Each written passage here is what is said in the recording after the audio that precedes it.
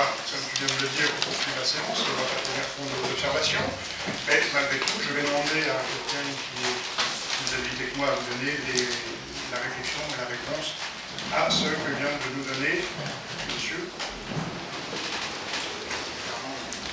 Oui, je prends vite fait la parole. J'ai fait un peu de droit aussi, comme vous. Et d'ailleurs, je vous remercie parce que ça m'a permis de me replonger dans les années de fac. Alors, sur les deux griefs, finalement, que vous reprochez à Madame le maire et à l'ensemble du conseil municipal, il y avait deux points, si je m'abuse. C'était les délais de convocation du conseil municipal. Alors, je vais vous répondre, me semble-t-il. Après, vous me direz. Et puis aussi la compétence du maire démissionnaire à convoquer ou non le conseil municipal.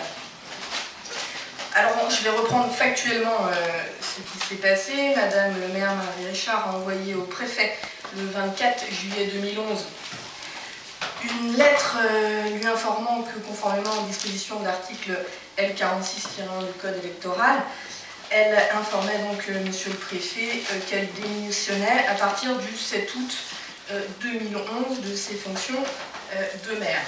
Suite à cette lettre, datée du 24 juillet, monsieur le préfet lui a répondu, lui a fait un accusé réception, lui disant qu'il avait bien reçu son acte de démission dans ses services le 26 juillet 2011.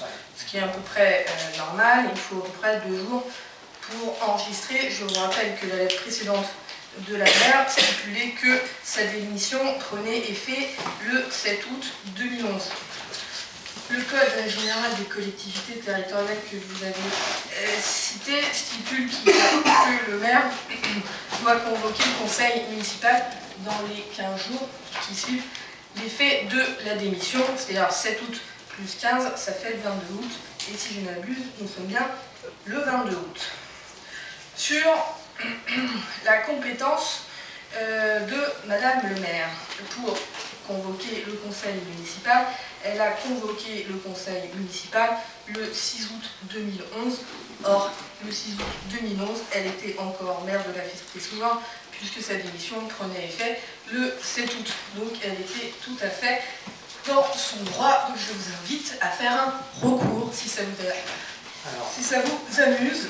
Oui, je vais vous faire la réponse. Quelques avocats seront contents, puisque je crois que vous les nourrissez bien.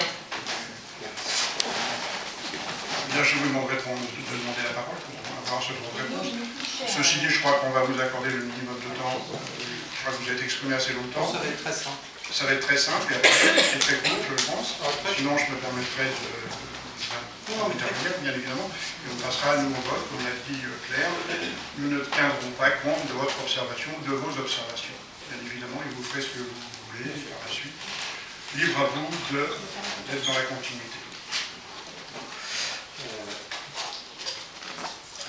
Appuyez en même temps. Ah, oui, quand c'est bien. Bon. Vous avez la parole. Oui, oui. Ça va être effectivement très court. Le premier point, vous vous enfoncez dans l'illégalité puisque vous semblez présider ce conseil municipal alors que vous n'en avez pas le droit puisque c'est au doyen d'âge de le présider. Or, c'est vous qui nous répondez, donc c'est parfait. Tout ça va être acté dans le compte rendu du conseil. Et deuxième point, pour répondre à ma confrère, je lui dirais juste que... Non, mais moi non plus. Puisque nous sommes juristes tous les deux. J'ai bien noté que la date d'effet de la prise de démission de Mme Richard était bien marquée le 7 août dans le courrier.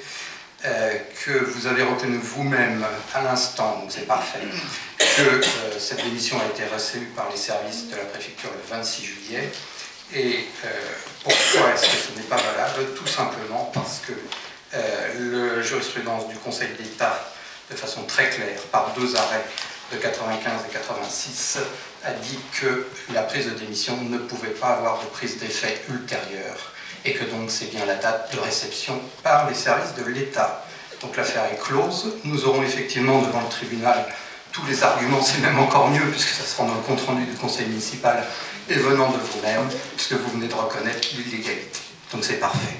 Donc nous aurons 5 jours pour le déposer. C'est bien, et